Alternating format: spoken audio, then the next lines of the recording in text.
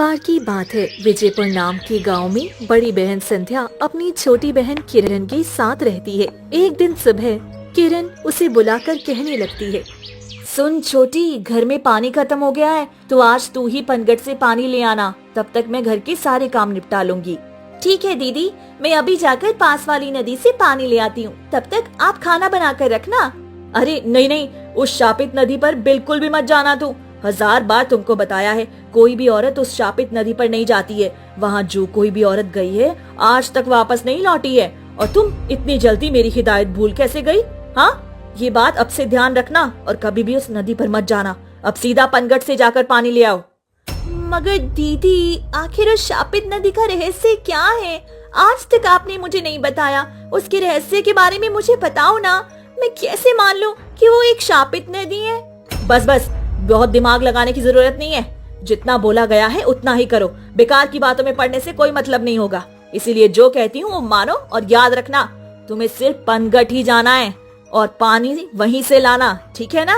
गुस्सा क्यों करती हो दीदी? ठीक है, जैसे भी तुम बोलो, मैं अभी जाती हूँ। ये बोलकर किरण मटका लेकर वहाँ से गांव के पनघट की ओर चली जाती है और वहाँ पहुंचकर वो पनघट से पहले ही मौजूद कुछ औरतों की भीड़ को देखकर खुद से कहती है, अरे अरे, यहाँ तो पहले ही इतनी सारी औरतें पानी लेने के लिए खड़ी हैं। लगता है मैंने घर से निकलने में देर कर दी, मगर अब क्या करूँ? जब तक मेरी बारी आएगी तब तक तो शाम हो जाएगी। और उफ, ये धूप, इसमें तो मेरा अभी से सर चकराने लगा। अब क्या किया जाए? तभी किरण के दिमाग में एक विचार आता है और वह मन में सोचती है, अरे हाँ, मैं वो नदी से भी पानी ला सकती हूँ, मगर दीदी ने तो पहले ही मुझे उस शापित नदी पर जाने से मना किया है। मैं तो नहीं मानती किसी नदी का शापित होना। नहीं, भला मैं क्यों डरूं? अब इतनी देर तक मैं यहाँ धूप में इंतजार भी तो नहीं कर सकती ना। उसी नदी से पानी लेना सही रहेगा। ये बोलकर किरण वहाँ से मटका लेकर गांव की उस शापित नदी के किनारे पहुँच जाती है और इतना सुंदर नजारा देखकर कहती है, अरे वाह, इस जगह तो इतनी सुंदर हरी भरी हरियाली है और तो और इतनी सुंदर नदी है। ये तो भला ये शापित कैसे हो सकती है? मैं यहाँ पहली बार आई हूँ, मुझे तो ये इतनी सुंदर जगह लग रही है। लगता है दीदी मुझे बेवकूफ बना रही थी। चलो फिर मैं पानी भर ही लेती हूँ। ये बोलकर किरण मटका लेकर नदी से पानी भरने लगती है। तभी नदी के पानी में भवंडर उठने से और तेज लहरें उठती हैं और उनसे अचानक एक सुंदर सी जलपरी प्रकट होती है, जिसे देखकर किरण डर के मारे हैरानी से बोलती है, अरे अरे, ये कौन हो तुम? और तुम पानी से कैसे निकली हो? क्या मैं जो देख रही हूँ वो सच है या बस मन का वहम है? कोई इंसान भला पानी से कैसे निकल सकता है? कौन हो तुम और मुझसे क्या चाहती हो? डरो मत, मैं तुम्हें कोई नुकसान नहीं देने आई हूँ। मैं कोई इंसान नहीं बल्कि एक जलपरी हूँ जो इस नदी के पानी में काफी समय से रहती है। तुम्हें मुझसे डरने की कोई जरूरत नहीं है। अच्छा, तो तुम जलपरी हो? मैंने पहली बार किसी जलपरी को देखा है। मुझे तो अपनी आंखों पर यकीन ही नहीं हो रहा है। क्या तुम्हारी वजह से गांव के लोग इस नदी को शापित समझते हैं? हाँ, सही कहा तुमने। एक बार एक मछुआरे ने मुझे अपने जाल में पकड़ लिया था और बड़ी मुश्किल से मैंने खुद को उस जाल से छुड़वाया। उसने गुस्से में आकर इस नदी को शापित बनाकर गांव वालों को भड़का दिया था, क्योंकि लोग तो उसकी बात पर यकीन करेंगे नहीं कि उसने एक जलपरी को देखा है। तब से पूरे गांव के लोग यहाँ से डरते हैं। मगर तुम तो बहुत बहादुर निकली जो अकेले ही यहाँ आ गई हो। ओह, तो ये बात है, तभी गांव के लोग इस नदी को शापित बोलते हैं। और मेरी दीदी ने मुझे यहाँ आने से मना किया था, मगर मैं यहाँ मजबूरी में आई हूँ। पनघट पर बहुत भीड़ थी तो मैं यहाँ चली आई। लेकिन तुम क्या अकेली पानी के अंदर रहती हो? नहीं नहीं, मेरे साथ मेरा पूरा परिवार यहाँ रहता है। मैं तुम्हें उनसे जरूर मिलवाऊंगी। अभी के लिए मैं पानी से बाहर आकर जमीन में घूमना चाहती हूँ। पानी में रह रहे बहुत उपसी गई हूँ। मेरा भी दिल चाहता है कि मैं जमीन पर ही घूमूं। क्या तुम मेरा हाथ पकड़कर मुझे पानी से निकलने में मदद करोगी? ठीक है, मगर तुम तो एक जलपरी हो, फिर तुम जमीन में कैसे चल पाओगी? तुम चिंता मत करो, जैसे ही मैं जमीन पर पैर रखूंगी वैसे ही मेरी पूंछ मेरे पैरों में बदल जाएगी। लाओ, मुझे अपने हाथ को जल्दी से दो। ये बोलकर जलपरी पानी के अंदर से अपना हाथ किरण की ओर बढ़ाती है तो किरण भी कुछ देर सोचने के बाद जलपरी को पानी से बाहर निकालने के लिए अपना हाथ बढ़ाकर उसे निकालने ही वाली होती है कि तभी जलपरी अपना जोर लगाकर बेचारी किरण को पानी के अंदर खींच लेती है। किरण पानी में गिरते ही मदद की गुहार लगाकर बोलने लगती, बचाओ बचाओ, कोई तो बचाओ, मुझे बचाओ, मैं डूब रही हूँ, मुझे तो तैरना भी नहीं आता है। और तुमने ये क्या किया? मैंने तुम्हें एक अच्छी जलपरी समझा था और तुमने मेरे साथ धोखा करके ठीक नहीं किया। मुझे ये तो पता था इंसान भोले होते हैं, मगर ये नहीं पता था कि तुम्हारे जैसे बेवकूफ लोग भी होते हैं। जब इंसान अच्छे नहीं हो सकते तो भला तुम जलपरी से अच्छे होने की अपेक्षा क्यों लगाती हो? मगर मैंने तो तुम्हें अच्छा समझने की भूल कर दी और अब मैं डूबकर मरने वाली हूँ। ये तुमने अच्छा नहीं किया। और जो कहानी तुमने मछुआरे वाली बताई थी वो भी क्या झूठी थी? हाँ, वो कहानी भी झूठी थी।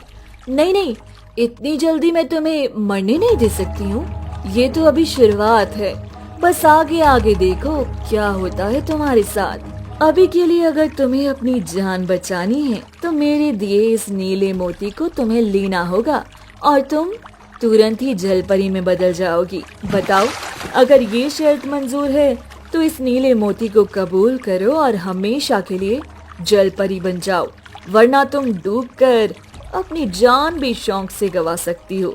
या तो डूबना स्वीकार करो या फिर जलपरी बन जाओ। क्या कहा तुमने? ये मोती मुझे जलपरी बना देगा और मैं कभी भी अपने घर नहीं लौट पाऊंगी? हे भगवान, तू ये कैसी परीक्षा ले रहा है? अपनी जान गंवाने से बेहतर है मैं जलपरी ही बन जाऊं। कम से कम दीदी से मिलने की कोई तो आस रहेगी। ठीक है, लाओ, मुझे दे दो ये मोती। जलपरी ये सुनते ही अपने पास से चमकते नीले मोती को किरण को दे देती है। जैसे ही किरण वो मोती अपने हाथ में लेती है वैसे ही एक रोशनी होती है और किरण के पैर जलपरी की तरह पूंछ में बदल जाती हैं और डूबती किरण तुरंत ही जलपरी की तरह पानी में स्थिर हो जाती है और ये देखकर हैरानी से बोलती है, अरे अब मैं जरा भी डूब नहीं रही हूँ। मगर ये तुमने क्या किया? तुमने मुझे हमेशा के लिए जलपरी बना दिया। अब मैं अपने घर कैसे जाऊंगी भला? मेरी दीदी बहुत परेशान होंगी मेरे लिए। तुम्हारे पास कोई रास्ता तो है नहीं। अगर तुम ये मोती लेकर जलपरी नहीं बनती तो पानी में डूबकर मर जाती। अब तुम अपनी इंसानी दुनिया को हमेशा के लिए भूल जाओ और मेरे साथ मेरी जलपरियों की दुनिया में चलो। अब से वही तुम्हारा घर होगा। किरण ये सुनकर मन में सोचने लगती है और यही रास्ता देखकर वो मानकर जलपरी के साथ चलने के लिए राजी हो जाती है और जलपरी किरण के साथ उसे अपनी पानी के अंदर की दुनिया में ले जाती है और जलपरी और किरण पानी के काफी अंदर तैरते हुए जाते हैं। तभी एक महल दिखाई पड़ता है। जलपरी उस महल में जाती है और किरण भी उसके पीछे पीछे जाती है और जलपरी जल राज्य महल के दरबार में रानी जलपरी से मिलाने ले जाती है। वहाँ पहुंचकर जलपरी रानी से कहती है, रानी जी, ये देखिए मैं आपके आदेश पर एक और इंसान को हमारी दुनिया में ले आई। अब जल्दी ही हमारी दुनिया में रौनक आ जाएगी। बहुत बहुत अच्छा किया तुमने। तुम हमेशा मेरी उम्मीदों पर खड़ी उतरती हो। तो ये है वो नई इंसानी जलपरी। तो बताओ क्या नाम है तुम्हारा और तुम्हें हमारी दुनिया कैसी लगी? अब से तुम्हें यही रहना होगा। मेरा नाम किरण है और मैं तो बस नदी पर पानी लेने आई थी कि इस दुष्ट जलपरी ने मुझे भोला देकर मूर्ख बनाकर जलपरी में बदल दिया। मेरे साथ धोखा और अन्याय हुआ है। रानी जी, आप मुझे वापस मुक्त कर सकती हैं।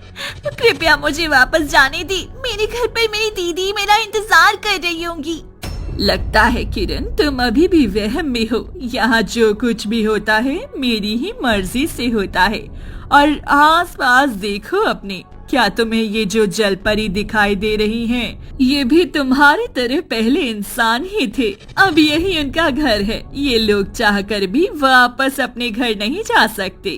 तुम भी इंसान बनकर नहीं, जलपरी बनकर रहोगी। सच्चाई को स्वीकार कर लो। अच्छा, तो ये नदी सच में श्रापित है? तभी इतनी औरतें इतने सालों में गायब होकर कभी भी वापस नहीं लौटी। मेरी दीदी सच बोल रही थी, मगर आप लोग इतने सारे इंसानों को क्यों जलपरी बना के रखे हैं? क्योंकि ये रानी जी का आदेश है और वो जो बोलेंगी वही यहाँ होता है। तुमको उनके आदेश का चुपचाप पालन करना पड़ेगा। अब ज्यादा सवाल मत करो, वरना रानी माँ गुस्सा हो सकती हैं, इसीलिए चुप रहो।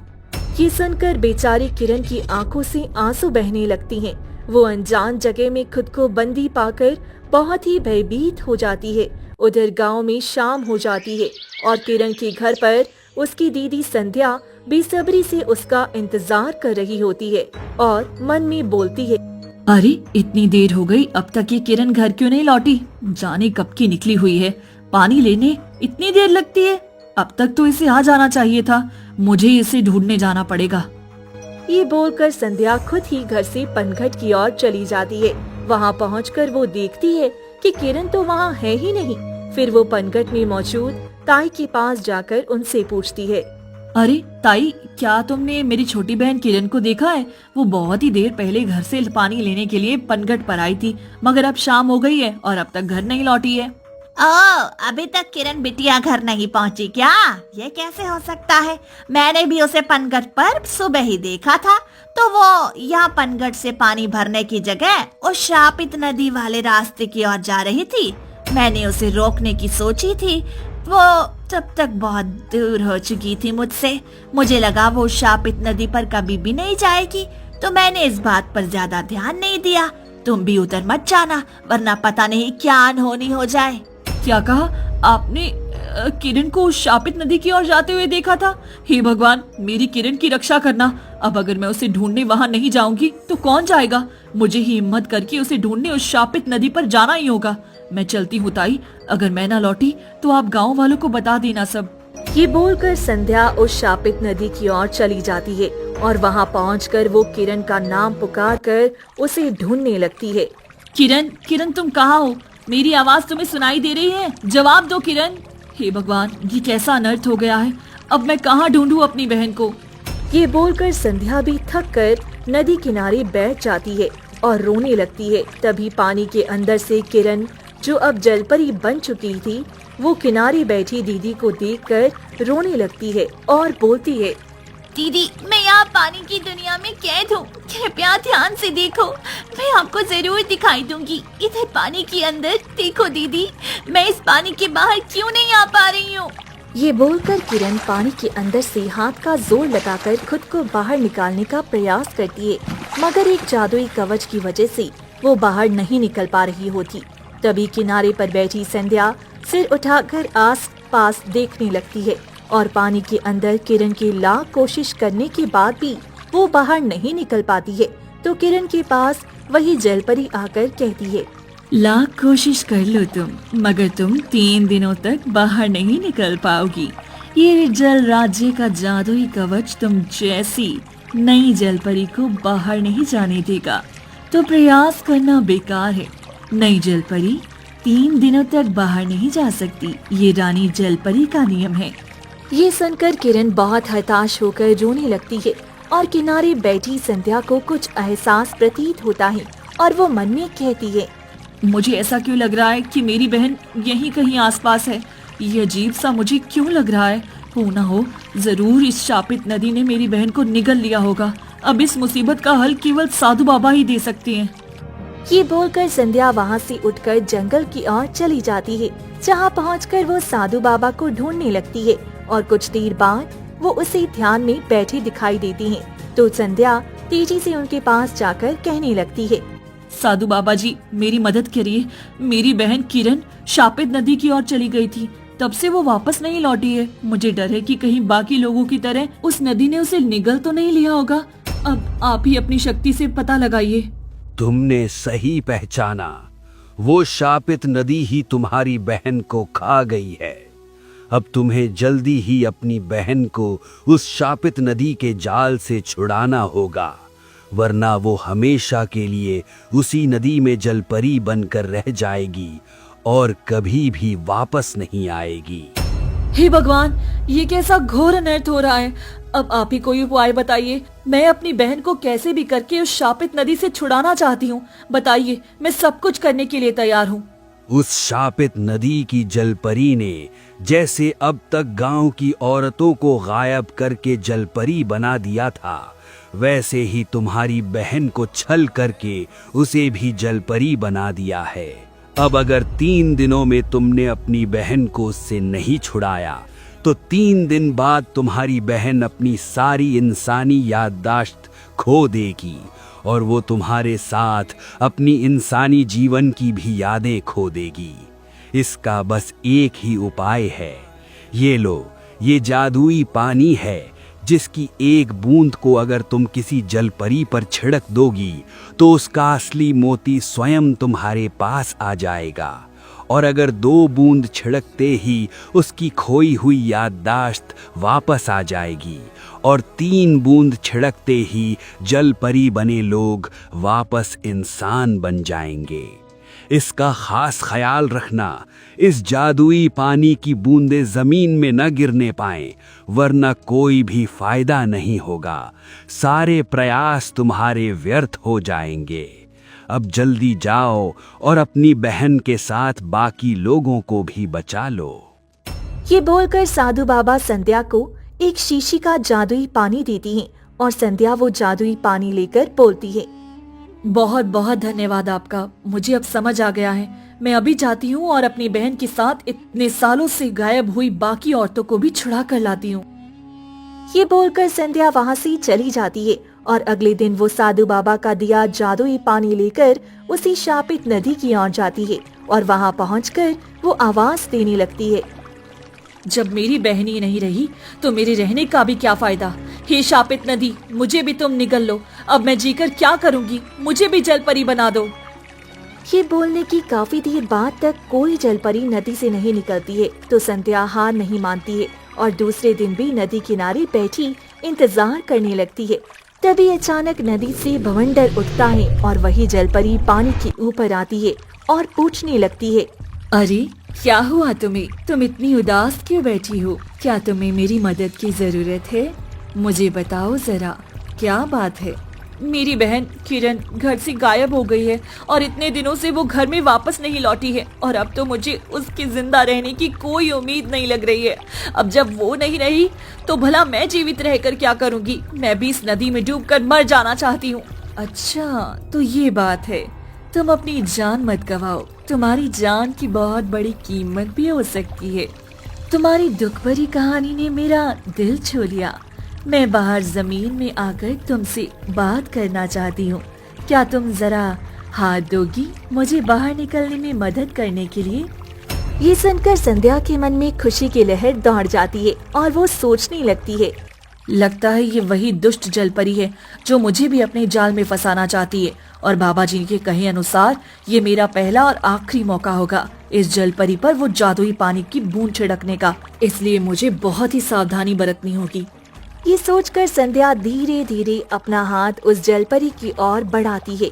जैसे ही जलपरी उसका हाथ पकड़ती है, संध्या दूसरे हाथ से छिपाया हुआ जादुई पानी की शीशी को लेकर जलपरी के ऊपर छिड़क देती है और उसी से गलती से 1 बूंद की जगह 2 बूंद छिड़के जाती हैं। तभी अचानक तेज रोशनी होती है, जलपरी का हाथ छूट जाता है और उसका असली चमकता सफेद मोती संध्या के पास चला जाता है। और ये देखकर हैरान जलपरी कहती है, अरे तुमने क्या किया? ये किस तरह का पानी था? मेरा मोती तुम्हारे पास कैसे चला गया? बताओ कौन हो तुम? मेरा सर तेजी से चकरा रहा है। सच बताओ तुम कौन हो? मैं उसी किरण की बड़ी बहन हूँ जिसे तुमने छल करके जलपरी बनाकर कैद कर लिया है। इस जादुई पानी की बूंद के असर से ही तुम्हारा मोती अब मेरे पास है। मुझे जल्दी ही मेरी बहन के पास ले चलो, वरना तुम्हारा मोती मैं यही नष्ट कर दूंगी। नहीं नहीं, ये कभी मत करना। ये मेरी जान से भी ज्यादा प्यारा है। इसके बिना मैं एक पल भी नहीं रह पाऊंगी। मगर मुझे किसी इंसानी जीवन की कुछ यादें याद आ रही हैं। लगता है मुझसे एक गलती से 1 बूंद की जगह 2 बूंद तुम पर गिर गई। 2 बूंद छिड़कते ही तुम्हारी अगर कोई खोई हुई यादाश्त होगी तो सारी यादाश्त वापस आ जाएगी। कुछ देर इंतजार करो, हो सकता है तुम भी इसी शापित नदी के छल में आकर जलपरी बन गई हो और कभी वापस लौट ना पाई हो। कुछ देर में जलपरी की खोई हुई याददाश्त वापस आ जाती है और वो संध्या से कहने लगती है, मुझे सब याद आ गया है। मेरा नाम मोहिनी है और मैं भी तुम्हारे इस गांव में ही बहुत साल पहले रहा करती थी। मगर एक दिन खेल खेल में इस नदी पर आ गई और मुझे इस रानी जलपरी ने छल करके अपने जाल में फंसाकर जलपरी बना दिया और कैद कर लिया। अनाथ होने की वजह से 3 दिनों तक कोई भी मुझे ढूंढने नहीं आया और 3 दिन होते ही मेरे इंसानी जीवन की सारी याददाश्त खो गई और मैं इसी जल राज्य को ही अपना असली दुनिया मानकर यहाँ पर रहने लगी। मुझे पता था तुम भी बाकियों की तरह इस छलावे में जी रही हो। अब तुम्हारी खोई हुई याददाश्त वापस आ गई है तो जल्दी से मुझे मेरी बहन के पास ले चलो और बहन के साथ बाकी फंसे हुए लोगों को भी बचाने में मदद करो। मुझे माफ कर दो, मैंने ही तुम्हारी बहन को धोखा देकर इस दुनिया में फंसा दिया। अब मैं तुम्हारी पूरी मदद करूंगी उसे बचाने में। चलो फिर ये खास तरह का नीला मोती तुम ले लो।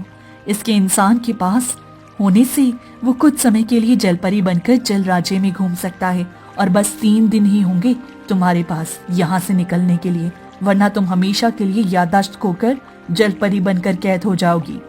ये बोलकर मोहिनी जलपरी संध्या को वो खास नीला मोती देती है जिसे लेकर संध्या पानी में जाती है और उसके पैर तुरंत ही जलपरी की पूंछ की तरह हो जाती हैं और मोहिनी उसे लेकर पानी के अंदर मौजूद जल महल ले जाती है और कहने लगती है, सुनो, तुम्हें बस रानी के शयन कक्ष में जाकर उनका खास बड़ा सा सफेद मोती चुराना है। अगर ये कर लिया तो रानी तुम्हारी सारी बातें मानेगी और अगर तुम पकड़ी गई तो हमेशा के लिए तुम जलपरी बन जाओगी। ठीक है, मैं वैसा ही करूंगी। मुझे उनके शयन कक्ष तक ले चलो। ये सुनकर जलपरी उसे रानी के शयन कक्ष के बाहर ले जाती है और वहाँ इशारा करके कहती है, ये देखो वो रहा रानी का मोती, जाओ जल्दी से वो चुरा लो। तब तक मैं बाहर खड़ी होकर रखवाली करती हूँ। ये सुनकर संध्या रानी जलपरी के शयन कक्ष के अंदर चली जाती है और सफेद रंग के शेल के संदूक को खोल कर देखती है। उसमें बड़ा सा सफेद मोती होता है जिसे देखते ही संध्या वो मोती उठा लेती है और शयन कक्ष से बाहर आकर वहाँ पहले से खड़ी जलपरी से बोलती है, ये देखो मैंने मोती ले लिया है। अब मुझे जल्दी से रानी के सामने ले चलो, अब और इंतजार नहीं होता है। ठीक है, मैं तुम्हें रानी जलपरी के पास ले चलती हूँ। ये बोलकर जलपरी संध्या को लेकर रानी जलपरी के दरबार में ले जाती है जहाँ रानी के साथ किरण भी होती है और उसे देखते ही संध्या रानी से बोलती है, तो तुम ही इस शापित नदी की रानी। अब तुम्हारी इस छल का अंत निकट है। ये देखो मेरे पास तुम्हारा मोती है। अब तुम्हें मेरी बहन के साथ बाकी कैद इंसानों को भी छोड़ना होगा, वरना मैं ये मोती नष्ट कर दूंगी। फिर ना तो तुम रहोगी और ना ही तुम्हारा ये छल का राज्य। नहीं, ऐसा कभी नहीं हो सकता। तुम जो भी बोलोगी मैं वो करूंगी, मगर मेरे मोती को कुछ भी मत करना, वो नष्ट हो जाएगा तो मैं मर जाऊंगी। मैं अभी तुम्हारी बहन को छोड़ती हूँ, ले जाओ अपनी बहन को। दीदी, मैं इतने दिनों से आपका ही इंतजार कर रही थी। भगवान का शुक्र है आप मुझे बचाने के लिए आ गई। हाँ मेरी बहन, मैं तेरे बिना नहीं रह सकती। और रानी, मैं अपनी बहन के साथ सारी इंसान बनी जल परियों को ले जाने आई हूँ। जल्दी से उन्हें मुक्त करो, वरना अच्छा नहीं होगा। और वादा करो आज के बाद तुम किसी भी इंसान को छल करके उसे जल परी बनाकर कैद नहीं करोगी, वरना अगर ये किया तो मैं किसी भी समय आकर इस जादुई पानी से तुम्हारी जान ले लूंगी। ठीक है, जैसा तुम बोलो, मगर मुझे और मेरे मोती को कुछ मत करना। मैं तुमसे वादा करती हूँ आज के बाद किसी इंसान को कैद नहीं करूंगी। आज से किरण और मोहिनी मुझे माफ कर दो, उनके साथ बाकी लोग भी मुझे माफ कर दो। मैंने आप जैसे अच्छे इंसानों को कैदी बनाकर बहुत बड़ी भूल कर दी है। अब आप सभी लोग इस जल राज्य की दुनिया से वापस जा सकते हैं। बहुत बहुत शुक्रिया तुम्हारा। अगर तुमने बहादुरी नहीं दिखाई होती तो मुझे भी कभी भी पता ही नहीं चलता कि मैं भी इस दुष्ट रानी के छलावे में आकर शिकार हो चुकी हूँ। तुमने मेरी खोई जिंदगी वापस देकर बहुत बड़ा उपकार किया है और मेरे साथ इन 3 औरतों राधा, रेशमा और विमला को बचाकर तुमने बहुत बड़ा काम किया है। हाँ दीदी, तुम सच में बहुत बहादुर हो। मुझे पता था तुम मुझे बचाने जरूर आओगी और तुम्हारी वजह से ये औरतें भी वापस इंसानी जीवन में आ सकी। हाँ सही कह रही है किरण। संध्या, तुमको दिल से शुक्रिया। अगर तुम नहीं आती तो हमारा पूरा जीवन पानी में जल परी बनकर निकलता और हम कभी वापस अपने घर भी नहीं जा पाते। भगवान तुम्हारा भला करे, तुम्हारी वजह से अब हम अपने घर में जा सकते हैं, अब हम अपने परिवार से मिल पाएंगे। अरे नहीं नहीं, इसमें शुक्रिया की क्या बात है, ये तो मेरा फर्ज था। अब आप लोग इस शापित नदी के चंगुल से हमेशा के लिए मुक्त हो गए हो और अब से कोई भी इंसान इस रानी जलपरी का शिकार नहीं बनेगा।